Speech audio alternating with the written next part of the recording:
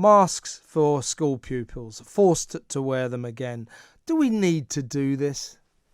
Do you know what, Kevin? When I came back in the new year, I had this momentary little blip of happiness that things were going to get better and it was all over. And then I had to listen yesterday, the day before, to Nadim Zahawi saying that he was going to mask up our children again. And I'm just in despair over this. It seems to me that we're using our children as political footballs, nothing else. There is no evidence to support mask wearing for anyone, let alone kids in school, to say it makes any meaningful difference to transmission. There's no evidence that our kids are these little super hot pots of germs at school, killing people, infecting teachers. There's just nothing. Most of these kids have now had COVID and will be immune anyway. And all we've got is the teachers' unions just kicking them around as footballs, not caring about them at all. And the damage that's been done, because that's where there is evidence from almost every country in the world, that the damage that's been done to these kids by wearing masks is long term, that it really breaks my heart that you and I can go to work and not have to wear a mask. And these kids are having to sit in freezing classrooms and wear masks for no good reason, and it's going to damage them. I listened to a little girl today who has hearing difficulties saying she was now terrified of going back to school because of the masks, and she won't be alone. And it's just more and more harm with no evidence of any good. And I listened to Nadine this morning on Julia's show saying that he had some observational study that he's going to release in the next few days. But once again, they're actually implementing policy without the evidence and saying that we can have it in a few days if we're lucky, if we're good. And I can tell you this, if my little one was 11 or over, she would not be wearing a mask, not now, not previously, not in the future, because I wouldn't allow this harm to be done to her. Yeah, Nadim Sahawi seemed to be unable to justify this scientifically or medically, which the cynic in me leads me to suspect that what the government's motivation here is not to annoy the teaching unions, who have obviously always been very keen on kids wearing masks as much as possible, because they seem to think that every teacher is under enormous medical threat from their pupils. Absolutely. And actually, the evidence said the contrary, that teachers were not at increased risk in terms of frontline workers for getting COVID. And you know what? They've been out there for a long time now working for kids when kids were in school, obviously. And they haven't, had this massive, increased death or morbidity from COVID over and above anybody else. And now they've been vaccinated, and I'm sure they've all had their boosters too, which is great for them. So they've protected themselves. Leave the kids alone. Teach them, and teach them in an environment which is conducive to them actually learning. And let's not damage their future by lowering their educational achievement any more than we already have. And this isn't really medical, but I don't quite understand the logic of saying, some people should wear a mask indoors, others don't have to. The sort of random nature of the fact that 50,000 people or 70,000 can go to a football match all packed in together, not a single one of them wearing a mask, but 30 kids in a classroom first of all have to be separated out so there's only 10 of them or something, and then they've got to wear masks. In the big scheme of things, this does nothing to fight COVID, does it, whatsoever? It does nothing. It's more virtue signalling. It's COVID theatre coming from the government, trying to appease the unions, who seem to me to be far too powerful, not just in teaching, actually, across the whole of the public sector. And I actually am beginning to feel that many of the decisions that have affected all of our lives over the last 20 months and caused untold harm from a physical and mental health perspective have been because of the unions playing politics with our lives. But more importantly, what disgusts me is playing politics with our children's lives. Yeah, you're a mother. You've got a very young kid who's going to have to go through school. Hopefully, the schools will be back to some kind of normality by that time. But, we've let down a generation of kids, haven't we, by the way we've imposed all these strictures on schools. For God's sake, the poor little things weren't able to go to school for the best part of a year. And then we finally let them back, and we finally let them take these damn masks off, and now they've got to put them back on. As you say, it's time to give the kids a break. Stop letting them down like this, isn't it? Well, the really interesting thing about this is that we know across the world that for every lost year or month of education, people's health outcomes go down. So we know that we've damaged these kids that beyond repair, that we're not going to make up the education for these teenagers that have lost it over the last 2 years.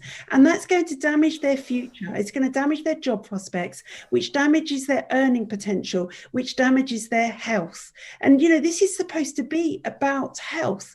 But what it's doing is it's damaging our young people who have got 70 years of life ahead of them to save the average death of COVID, which is still 82. Now, I'm not saying that an 82-year-old doesn't have any worth, but we have to sit down and work out how many children we have to damage to save one of those lives. And we have to start saying to these secretaries of state, these government ministers, which Zahawi was unable to help us this morning, we have to start saying, look, if you want to do this, and you kept telling us we're being governed by the science, we're being ruled by the data. If you wanted to do this to kids, show us the science, show us the data that justify having to muzzle our kids for the entire time they're in the classroom and at school. Show us the statistics. If he can't do that, we should rise up as a nation of parents and say no.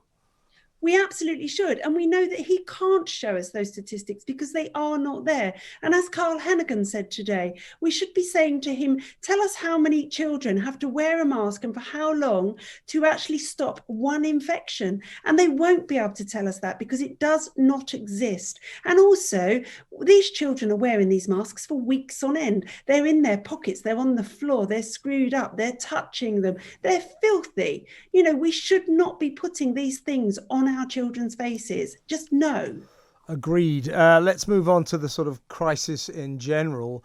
You and I, Renee, your voice is far more valid than mine on medical issues, but a month ago, soon after Omicron came out, I was screaming from the rooftops, all the signs are this is a very mild variant. You backed me up. You said the signs are this is going to be good, that this is the development we were looking for, that the old virulent variant has been replaced by a new, less virulent variant that won't make you very sick and certainly won't kill you. Now, that has come to pass. Obviously, we've got soaring cases all over the shop, but if it's not killing anyone and it's not putting many people in hospital, then hey-ho, we're in good shape. The government and SAGE and various experts kicking and screaming have almost begrudgingly accepted that we were right. Why they didn't pay more attention to what was going on in South Africa in the first place, I'll never know. I'll never understand why they say, oh, well, you can't count South Africa. It's got nothing to do with what happens here. Yes, you can, and we should have done, because what's happening here is exactly what happened in South Africa. That was negligence, I thought, the way they willfully ignored the South African situation. That notwithstanding, though, our problem now, although lots of people are catching this, it's not medical, is it? It's statistical. It's because we have turned ourselves into a nation of manic testers. So millions and millions, I'm not blaming people for this, I've had to do a bit of it myself. Millions of healthy people are testing themselves every morning to see if they're healthy. Guess what? Mostly they are. But now and again, too many people are getting two double lines and then they can't go to work. They have to self-isolate. I'm not sure what the latest number of days is. Is it 7 or 10? There are calls for it to go down to 5. Because of that, we've got 110,000 or more NHS staff off sick, and the number is rising because of all this testing. Now, if that number goes up, the NHS really is going to get to the point when it can't cope. And then we're going to have our liberty taken away just because our dysfunctional health service fails again. Yeah. And I mean, I think I said this before Christmas, didn't I? That I was already hearing of ICU units that were 50% down on their staff because of isolating. And, we've got to come to the point now, surely, Kevin, as we've said, that it's a mild disease. Okay, for some, it's not going to be so mild, but every respiratory virus is like that. Flu for most people is not serious, but for some is deadly. This is now a typical respiratory endemic virus, and we have to start living with it like that. The problem that we've got in the NHS, as you rightly say, is all of these people testing healthy people. We should not be testing people without symptoms. Why are we doing that? What are we looking for? We need to stop testing healthy people. We need to isolate people if they are symptomatic. And then we have to decide how long for. 7 days, I think it is, if you've got negative on day 6 and 7 at the moment. Why not 5, like other countries, to free up our health staff and actually get things moving? Because you're absolutely right. The only reason that we're going to be locked down again or have more restrictions is because the NHS can't cope, not because of COVID cases, but because of staff not being there. I'm going to go to break in just a little minute, but I think we've got time to cover this, Renee. On Boxing Day, there were 25,000 NHS staff off sick. By New Year's Day, that was 110,000. Only 50,000 of those were connected to COVID. What's going on with the other 60,000? Well, that's a really odd statistic, isn't it? And I think that people who pay for the NHS through their taxes and also pay for its failures by lockdowns and the damage that does need the answer to that question. They need to know why so many people suddenly became ill, but not with COVID, between Boxing Day and New Year's Day. What happened? Were they burnt out? Did they have another illness that we just don't know about because we're not testing for it? Were they just fed up? Did they fancy some time off? I don't know. Nobody knows. And when you don't know, you speculate. So it is an odd figure. And I think we need to know why that figure is so big. Yeah, they owe us an explanation on that, because that's extraordinary, isn't it? December the 26th, 25,000 people are off. In an organisation where there are nearly 1 million employees, that sounds to me to be about par for the course, particularly in a pandemic. But for it to shoot in, what is that, 5 days, 6 days, to 110,000, and only 50,000 of them are COVID. As you say, it's extraordinary. We need an explanation for this, don't we? It really is. And I mean, I don't think that happens on normal years, or does it? These are the things that we need to know. And again, it comes down to transparency, doesn't it? Why is this not transparent? But, I think that's been the problem throughout this entire pandemic, that nothing has been transparent. We're given the information that they want us to have, but they don't want to give us the answers to the questions that then prompts. No, indeed. I mean, the other thing is that the NHS is not, numerically in terms of staff perhaps, but it's certainly not being overwhelmed by COVID cases, is it? As we were promised.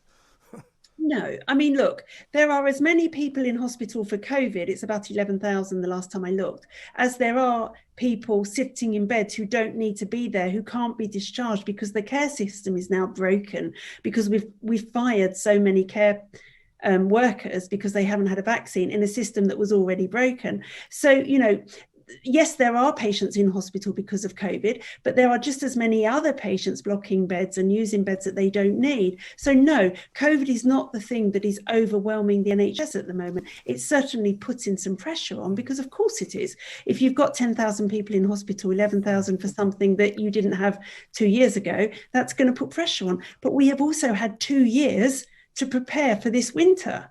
So why haven't we done that? We're going to go to break now, but I might suggest that what is overwhelming the NHS is testing. Simple as that. Would you agree? Yes. I think testing is overwhelming all of us, isn't it? It certainly is.